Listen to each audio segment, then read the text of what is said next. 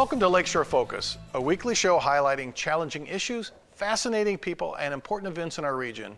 I'm Keith Kirkpatrick. Quite a few years ago, our state created a marketing campaign that still is heard today. It was the slogan, "There's more than corn in Indiana." I think we were trying to tell people that Indiana had more to offer than just agriculture, which is true. I'm not sure they understood that the message may have implied that farms and cows and row after row of grain were boring, unimportant, or not worthy of note. Here to help change our minds and fertilize our minds are two guys who farm. Glenn Abbett, who's the manager of Abbett Farms, and Larry Bucher, who is the owner and operator of Bucher Farms. Now, I know the audience is probably sitting there going, those two guys don't look like farmers. Well, in case that was the case, I brought my fuzzy ear flap hat if you wanted Glenn to wear it. Oh, well, Glenn to wear it, huh? Yeah. It's your hat, but Glenn's going to wear it? Yeah. That's Larry. He's always telling a joke. So is this also like, putting lipstick on a pig or something, Is that another good farm thing? I hope they can do that back in the control room. That's right. Now, it is interesting. I mean, you guys do look good. Agriculture is a serious business these days. It is not what it used to be. How has it significantly changed? Do farmers really dress up? Well, Glenn? on occasion we do have to dress up. We spend a lot more time these days dealing with the numbers, the risk involved with raising the crop, with buying the capital that's required to raise the crops, dealing with our accountants and the new codes, the IRS codes that we deal with. So there are times when we need to dress up, and it's important for us to dress up and come to a show like this and educate the population. We need them to understand what is involved in farming. So you're dressing up when you're going to the bank, you're meeting with the accountant, you're in leadership roles in the community. You're dressed up for those occasions, I take it, yes? Yeah, that's very true. And thank you for the opportunity to be here. A lot of us are more comfortable in our John Deere tractor sitting out there by ourselves than we are doing public speaking, let alone a television show. But there's very few of us farmers out there, so we need to do what we can to help educate. So thanks for the opportunity. Now it's interesting.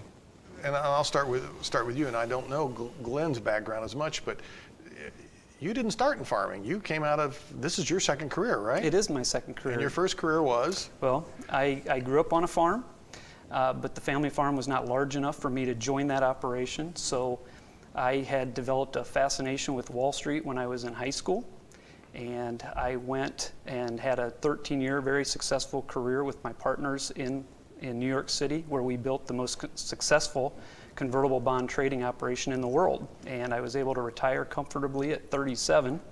And my wife and I decided to raise our children back here in Northwest Indiana, and she was crazy enough to let me farm. So did you guys sing that Green Acres song, before you moved say back from New York that's City? exactly what we're like. Who was the woman on that show? Was that Zsa? It was one of the Gabors. One of the Gabors? Yeah. Now, is your wife as good looking as? She's pretty good looking. Okay, Yes. all right. So how about you? Have you been in farming all along? I grew up on the farm. Dad started the operation in the late 60s. I was second generation, grew up on the farm. Went to Purdue, graduated with a mechanical engineering degree because Dad said that he could teach me anything I needed to know about farming. Came back in the summer of '95, and I farmed side by side with my dad ever since. So I came back to the farm, went to Purdue, came back to the farm on the weekends, and knew pretty much at a very early age that I was going to farm is where my true love was. Now, this is interesting. You've got a degree, and I mean, pretty much people operating farms these days are college educated, right? I mean, is it hard to function without that? Yeah, I would say that the technology and basically the knowledge required to understand, the complication of agriculture these days, the level of sophistication, yeah, in agriculture these days, and really what's really the risk. If you're not educated, the risk it will eat you if you don't understand. So the whole financial side, which is huge, which is out of your background, has that helped make you more successful in farming? It has. I think some of my Wall Street experience with hedging the crops, because it's a big revenue kind of operation, that having a little bit of background in finance has helped me do some hedging. To build on what he said about education, I'm getting older. If my son doesn't come into the farm, I wouldn't consider hiring someone without a college degree to join the operation. Now, you guys have people working. Do you have people working for you both? Yeah, I have about 6 employees, and two-thirds of them, I would say, are college educated. Okay. You got I just folks have working for you? seasonal help.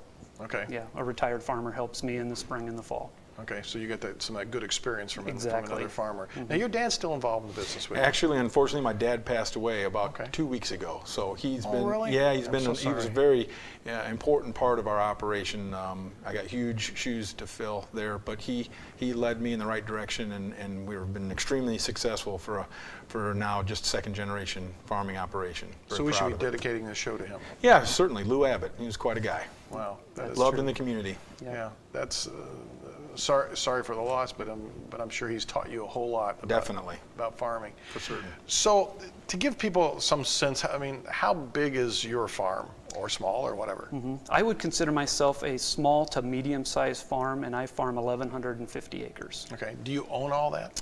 I own all but 300. The Okay. 300 was my dad's farm, and I've been able to add to that. Okay, because I know that's fairly common. You own a piece and then you farm some other parts of it. How about you? I would say we're on the upper end of farm size. We farmed this year 5,200 acres. We own right at 2,250 of those acres and rent or share lease the remainder. So Now, what's the point? I mean, I see the 300 is your family farm, so you've kind of stepped in the old family farm and said, I'll farm that. Where do people have 2,000 acres worth of farm land that they just say, you farm it for me, Glenn? well, in years past there were many more farmers, and as difficult as it is to raise a family farming these days, if you weren't advanced enough, a lot of folks just have moved away from the farm, but they still own the farm. It's a good asset. It's a good investment, and so those folks seek out people like Larry and I to continue to produce on their farms and generate them a reasonable revenue for their investment. All right. So what are you farming? My main crop is seed corn, so the seeds that other farmers will then plant next year that will go for animal feed or ethanol. I also raise cucumbers for processing, soybeans, which we sell to a biodiesel plant in Claypool, Indiana, and then a little bit of winter wheat. Okay. So this is one of those things where in farming you've got to be diversified. So you're doing multiple kinds of things. Yeah, having different crops spreads the risk. It's better for the soil, and it kind of spreads out the season. You don't plant every crop, all in the same week, so it spreads out the workload. So cucumbers, how many acres of cucumbers are you doing? 65 acres of cucumbers I had this year, and we double crop them, so we plant and harvest them twice. Oh. And the last harvest was a good harvest. There was 24 semi-loads that left that field in 5 hours. Wow. Of cucumbers. And what do those cucumbers become? Pickles, Pickles, okay. So they're these big pickles, chopped up pickles? all kinds. All kinds of Relish, pickles. you don't really want to raise pickles for relish. You want the nice sliced dill spears is what you're after for quality. Oh, okay. What are you raising? We raise seed corn also, seed for plant for the following year. Really where my dad diversified us is into the processed tomato business. And we raise processed tomatoes for Red Gold Incorporated, who's located in Elwood, Indiana. And just as Larry spoke, for diversification purposes. Red Gold, we raise the tomatoes on a contract with Red Gold.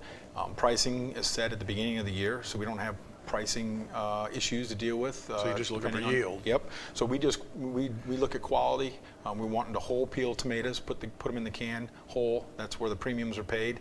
And if we do a good job and raise a good quality product, we know at the beginning of the year what our end result is going to be. Unlike corn, soybeans, and seed corn, where if the country oversupplies, the prices hit throughout the year.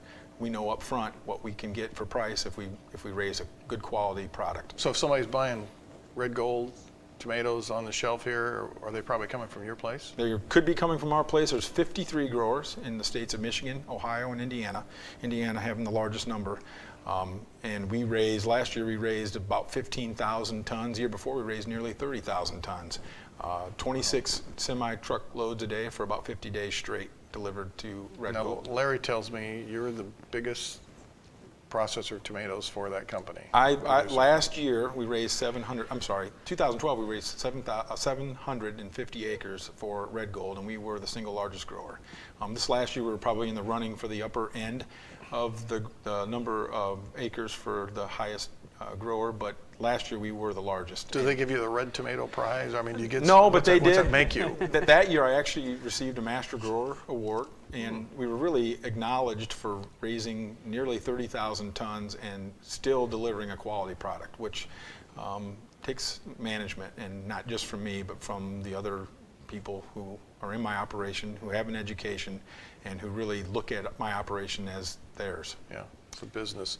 People go ahead. might not realize how unique Northwest Indiana is, the farmland here. If you look at a swath through the Corn Belt of Ohio, Indiana, Illinois, Iowa, we have not the most fertile soil of that belt, but it's a black sand that is fertile but drains well. And so the companies like these seed corn companies and the vegetable companies want to have us grow their crops on this soil, because when you got to harvest cucumbers, you got to harvest or else they'll get too big very fast. And so it's some of the highest revenue farmland in the southern part of LaPorte County, southern part of Porter County, across that whole 4-state area. Yeah, and to build on that, it's not just the soils, it's access to water. We have a unique water source here in Northwest Indiana, and that access to water, to be able to time watering of these specialty crops, really puts, I always call it a 60 by 60 south and east of Chicago. That 60-60 corridor is really some of the most productive land in the whole country, and we're sought after. These companies basically end up fighting over the acres. People don't realize, when I first moved here, I think they used to call it truck farming or something. I think the concept was a lot of people were producing products that were probably put in the back of their truck and delivered to grocery stores and restaurants and so forth. Is that still kind of big, not on that small scale, but on a bigger scale, that people are still producing for the grocery stores and different places at all in this area? Most of what we do is for the processing market. It's not for the fresh market like you would see at the produce section of the store. This is commercial harvested, big production. But that's a growing piece of the market, these smaller farmers who are doing this more organic and selling to farmers markets and so forth. Is that true? Yeah, I think there's a push, farm to fork restaurants and people wanting to know where their food comes from through community supported agriculture. Yeah, I agree with you. That is a big push. It's a very difficult business to get into, though. Right. Again, price fluctuations, quality. It takes a long time. There's a barrier to entry in understanding how to raise a quality crop to take it and put it in the marketplace like that, where it's not processed. Well, on top of that, if you've got 10, 12 restaurants that are your bread and butter and you're doing the farmer's market thing and all of a sudden the farmer's market is slow or 2 of those restaurants won't pay you, you've got a big problem if you're that small, right? That's correct. Right. Okay. What do you think each of you, one thing that the general public just doesn't know about farming today that just, you'd like to say, you people really ought to realize that? People, if it's on the internet, it doesn't necessarily mean it's true.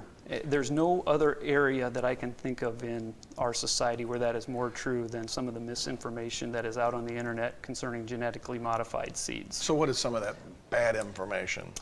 That genetically modified seeds are bad for the environment, or farming using them is bad, harming the environment. We are so much more environmentally friendly now than when we farmed 20 years ago because of the advent of genetically modified seeds. When I read some of the things on the internet, I don't think those people have ever stepped on a farm. They've watched too much Children of the Corn or some Stephen King novel. I'm not sure where they Weird get it. Things in Agriculture or Yeah. something. What's the one thing you would want to tell people to learn? Yeah, I would say that farming is definitely a more advanced type of business than it was. It's not necessarily as much a mom and pop operation anymore, and there's a lot that goes into farming, and certainly the advantage of technology and the ability to use technology to deliver a safe crop. I agree with Larry wholeheartedly.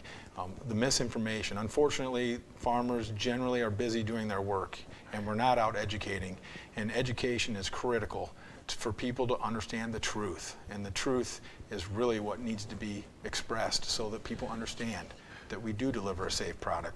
So tell me, again, back to this magnitude of size, about what's kind of the general revenue of a farm of 1,000 acres like yours? I mean, what kind of revenues do you look at? Yeah, revenue for the last 3 years, each year has been well over $1 million just on my small to Okay, so you're a medium-sized $1 million farm. operation. How about you? Mine will vary somewhere between 6 and 8 million on my So these are operation. big businesses. I mean, you're talking about a small business that generates $1 million, $6, $8 million. This is serious.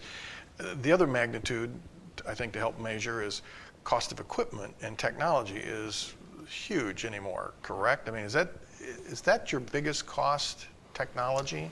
If you want to own your equipment? land cost is the most Okay. expensive. Land has roughly doubled in price over the last 7 years with the increase in the price of corn.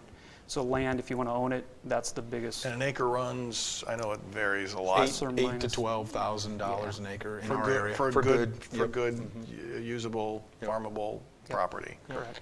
So equipment is probably the second biggest Yeah. Let me give you a piece. neat tidbit.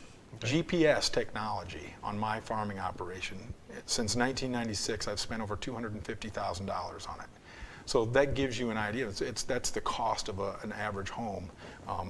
You know, and I think that's something that people don't understand. You look at a tractor or a combine, and certainly tractors are well over 200,000, combines in excess of 400,000. When you think about the technology that makes the tractor, lets the tractor go pass after pass without overlapping chemicals, the types of things that we do to keep our farms in tip-top shape and environmentally, you know, positive. We spent $250,000 on that equipment so that we do the very best job of farming. And my brother-in-law farms. You probably wonder why I know so much about this. My brother-in-law farms in Illinois, and so he tells me, he said, I got a better sound system in my combine, he said, than I got in my house. And I guess I imagine him sometimes sitting out there on the combine, propping his head back, you know, with cranking up ZZ Top and drinking a beer, you know, and letting the machine run itself. Am I living some sort of fantasy that he's really living or not? No, I've actually, one of the neighbors of my farm, when I go past, if I'm just plowing and I don't have to pay so much attention to the back and I'm reading the newspaper in front of me while I'm in the tractor, they kind of do a double take, like, what is he doing out there? Yeah, and I mean, my tractor... So the beer's not there, is what you're saying? Not on my farm. You got the Wall Street Journal or something, okay. But seriously, though, the tractor cab has turned into an office for me. I spend 500 hours in a tractor during tomato harvest. I've got the tractor set up like an office. I use my iPad, my iPhone. I communicate. The tractor does steer itself. I have to steer it to the ends, but a lot of it is automated. And I literally take my office, my wintertime office, and I move it into my tractor. And that is truly what's occurring out there these days. Now, with a smaller farm with 1,000 acres, I mean, how equipped are you?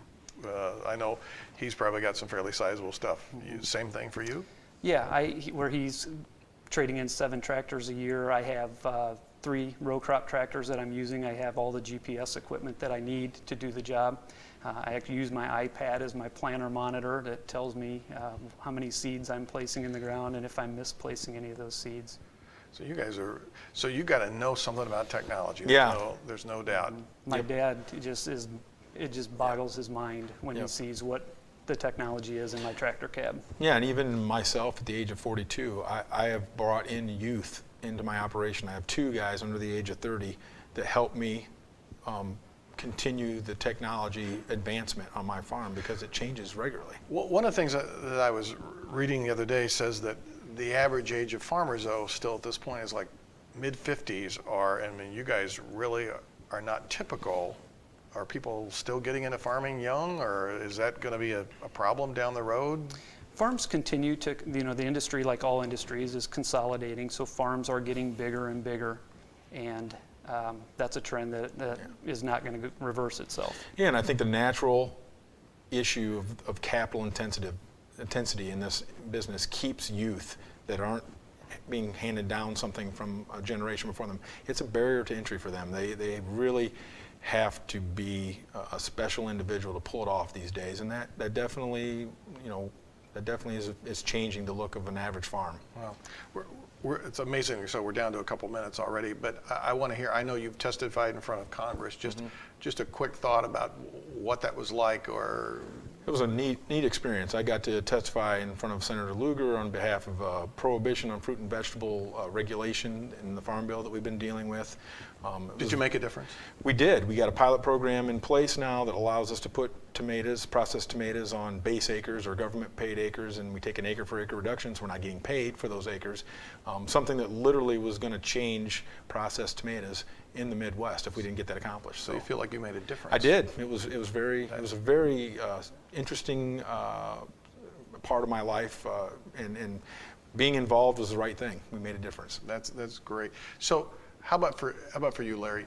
Just something that's been kind of surprising to you that you've learned jumping into farming. Yeah, I think the lack of education when people they don't understand the difference between a hybrid or organic or genetically modified, and the misinformation that is out there on the internet has really surprised me that people don't know what they're eating. It's people will tell me that the salad that they're eating is causing them problems. Wow. And they'll say it's because it's genetically modified, but there's no such thing as genetically modified lettuce. There you go. So about 5 seconds, prediction for agriculture economy. It's been real good the last several years. I see some rocky roads ahead. Okay. Farmers, I hope that you've paid down debt, because I think we're going to have to tighten the belt over the next 5 years. Okay, but it's been good for a while. It has been. Thanks for being a significant part of our economy, and I appreciate the leadership you guys both provide in the community. So thanks for being here today. Thanks for the opportunity. You. Appreciate it. All righty.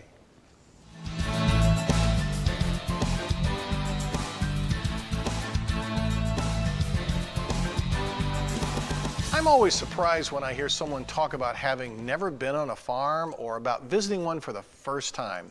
Being raised in a small town, I was around farming and agriculture as I grew up. I had my opportunities to stack hay, build silos, pull grain samples, haul cattle, pick apples, and the classic shovel manure. So it's strange to me when people talk about never being in close contact with a pig, a tractor, or a live corn stalk. The days when large numbers of people worked on farms have disappeared. Over time, advancements in machinery and technology replaced a labor-intensive industry. With those changes, the majority of our population has lost contact and therefore an understanding of what happens in the world of farming today. In fact, most of them do not even know the connection between agriculture and the food they consume and the products they use. One might argue that we really don't need to have a full understanding of that correlation. It's not necessary to fully comprehend where automobile parts come from or how they work. Most of us do not know how fabric is made, how furniture is assembled, lumber is milled, or petroleum refined. Yet those are products we use every day. I'm going to propose that we do need to have a better grasp of the how, where, when, and why things are produced.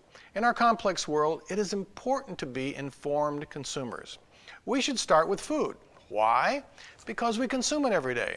Without food and water, we would have serious problems very quickly. There is a cyclical organic process of food produced from the earth, consumed by living beings, transitioned through waste, returned to the earth, then it repeats. Environmentalists have been telling us for years that we must pay attention to how this works. It directly affects our bodies, health, and quality of life. For those of you who have already been to the farm to work or to learn, you've already taken those steps. For the rest of you who have no connection, there are opportunities with agro-tourism, learning centers, county fairs, and more. Don't be the one who says, I've never been near a pig, touched a tractor, or picked an ear of corn. Thanks for watching us today. How did our first show of the year hit you? Let us hear your thoughts by emailing us your comments to focus@lakeshorepublicmedia.org or reach us through our website, which is listed on your screen. Join us next week for another Lakeshore Focus. I'm Keith Kirkpatrick saying make a positive difference in our world today.